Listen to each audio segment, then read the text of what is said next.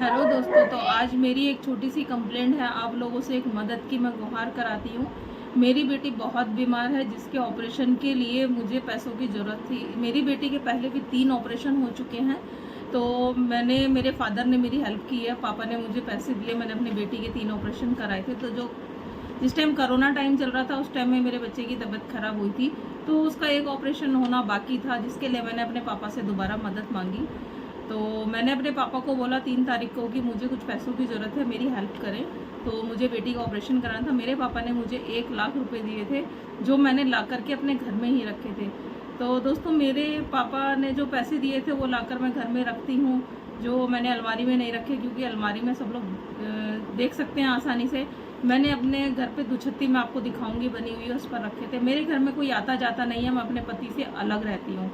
और मेरे बेटे हैं 2 जो मेरे साथ में नहीं रहते हैं, मेरे हस्बैंड के साथ रहते हैं, मैं अपनी बेटी के साथ अलग रहती हूँ। और मेरे साथ 4 कुत्ते भी रहते हैं, 2 जर्मन शेफर्ड है, गोल्डन रिट्रीवर है, पग है, फीमेल है, सभी मेरे साथ रहते हैं, जिनके डर की वजह से मेरे घर में कोई नहीं आता है। तो मेरे घर में एक किराएदार रहते हैं, जिनकी 2 बेटियां हैं, मन्नी और मन्नत, और उनकी मम्मी का नाम अनीता है। तो वो मेरे साथ में रहते हैं। तो मेरी बेटी की ज़्यादा तबीयत खराब होने के कारण मैं डॉक्टर के पास अकेले गई। डॉक्टर ने मेरे से कहा कि अपनी बेटी को लेके आना पड़ेगा, मैं पेशेंट को देखकर ही दवाई दूंगा। तो मैं अपनी बेटी को लेकर गई। तो मन्नी और मन्नत को मैं यहाँ पर छोड़कर गई अपने घर में कि बेटा तुम लोग टीवी देखते रहना, और मैं जा रही हूँ, इसको थोड़ा दवाई दिला के ले आऊँ, तब तक ये कुत्ते का ध्यान रखना ही, आपस में लड़ने ना लगें। तो इसी कारण मैं उन बच्चों को घर पर छोड़ के गई, जिसकी उम्र 14 से 15 साल के लगभग होगी मन्नी की, और मन्नत अभी छोटी है, ज़्यादा छोटी नहीं है, 10 साल के लगभग उसकी एज दी होगी। तो ये लोग पहले इसी कमरे में किराए पर रहते थे, जिसमें मैं अब रहती हूँ। तो मुझे कुछ अंदाज़ा नहीं था कि बच्चों को घर का भी पता था, क्योंकि फैमिली मेम्बर की तरह मैं बच्चों को रखती थी उनको। तो इसी भरोसे से मैं अपनी बेटी को लेकर डॉक्टर के पास गई। इससे पहले मैंने 1 महीने पहले से, और 1 महीने जब तक मैंने पैसे नहीं देंगे तब तक मैंने घर अकेला नहीं छोड़ा है। मैं घर में रहती थी या मेरी बेटी घर में रहती थी। मेरी बेटी मेकअप आर्टिस्ट भी है।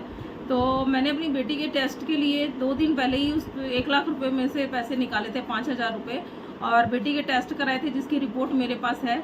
और मैंने टेस्ट कराने के बाद बाकी पैसे वहीं पर छोड़ दिए थे। तो दोस्तों, मैं अपनी बेटी की दवाई लेने के लिए डॉक्टर के पास गई हूँ, बच्चों को यहाँ छोड़कर गई हूँ।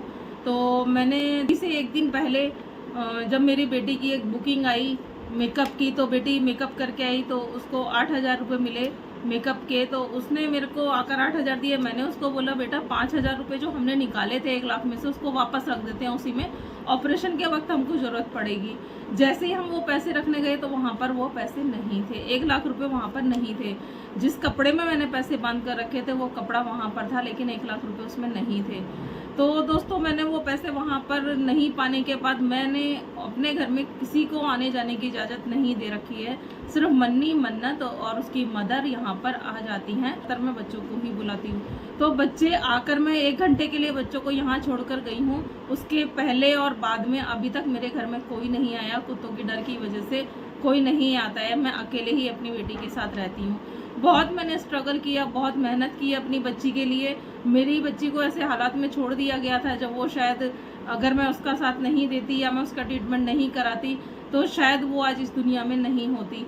एक ऑपरेशन मुझे अपनी बच्ची का कराना बहुत ज़रूरी है, और मैंने अपने पैसे खोने की कंप्लेंट 26 तारीख को, जी हाँ 26 तारीख को 2 बजे थाने, सागरपुर थाना में लिखवाई है, जिसकी मैं कॉपी आपको ये दिखाऊंगी, ये देखिएगा।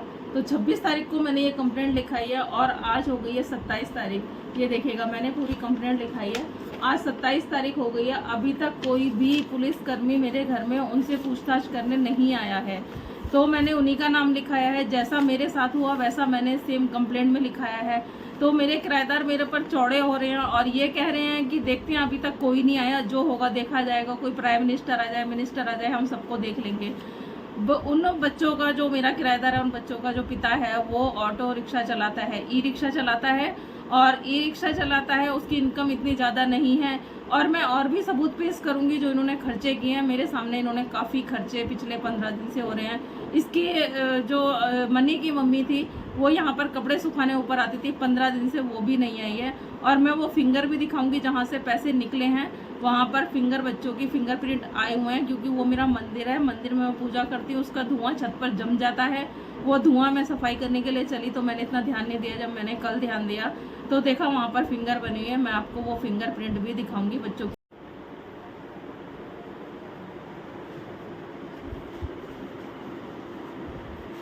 उंगलियों के निशान वहाँ पर छपे हुए हैं। और उसके माता और पिता दोनों मेरे ऊपर चौड़े हो रहे हैं और कह रहे हैं हमारे बच्चों का नाम झूठा बदनाम कर रहे हैं, और पता नहीं और भी बहुत कुछ बोल रहे हैं मेरे खिलाफ कार्रवाई करने के लिए।